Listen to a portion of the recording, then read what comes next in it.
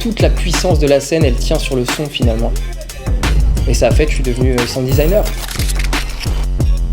Salut Lighton, moi c'est Paul, j'ai 30 ans, je suis compositeur et sound designer. Mon métier, c'est de créer des sons pour l'image. En fait, je vais travailler un peu comme si j'étais un sculpteur. C'est-à-dire que je vais utiliser différentes textures sonores, que je vais combiner, modeler, et ensuite, je vais faire en sorte que finalement, ça fusionne avec l'image. C'est clair? Je vous montre.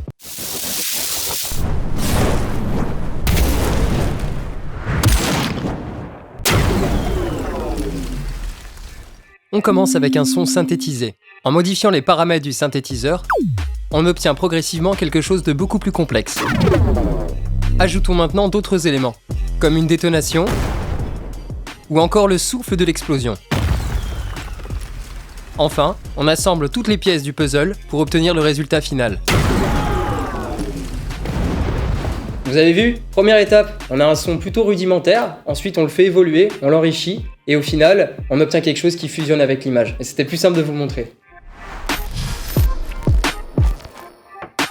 Alors moi j'ai commencé avec la musique en fait, j'étais batteur et c'est là que j'ai découvert ce que c'était que le jeu avec les sons. Et je me suis dit qu'il fallait que j'aille plus loin, qu'il fallait que j'en fasse quelque chose. Et puis ça m'a amené assez loin, je suis devenu technicien son, et puis après j'ai fait de l'acoustique, puis après j'ai fait de la musicologie, et ça a fait que maintenant je suis devenu sound designer. J'ai deux exemples qui m'ont marqué au niveau cinéma.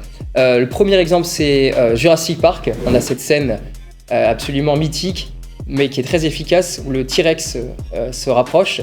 Et on sent en fait le poids de la bestiole et en même temps le poids du danger sur cette scène-là. Vous avez entendu? C'est un pas qui fait trembler la terre. Deuxième scène, c'est Kill Bill, où finalement l'héroïne est en train d'être enterrée vivante. Et alors on la voit se faire enfermer dans sa boîte, et puis là, toute la puissance de la scène, elle tient sur le son finalement. Le personnage, on voit plus rien, on est plongé dans le noir, et on entend juste sa respiration, et la terre en fait qui est en train de tomber progressivement sur son cercueil, et c'est absolument flippant.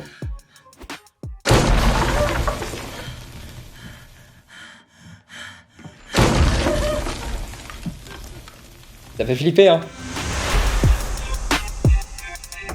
Le cinéma, ça peut être de l'animation, ça peut être du jeu vidéo, ça peut être du motion design, finalement tout ce qui est en rapport avec l'audiovisuel. Lighton par exemple, là on a fait un projet type avec musique et des effets sonores.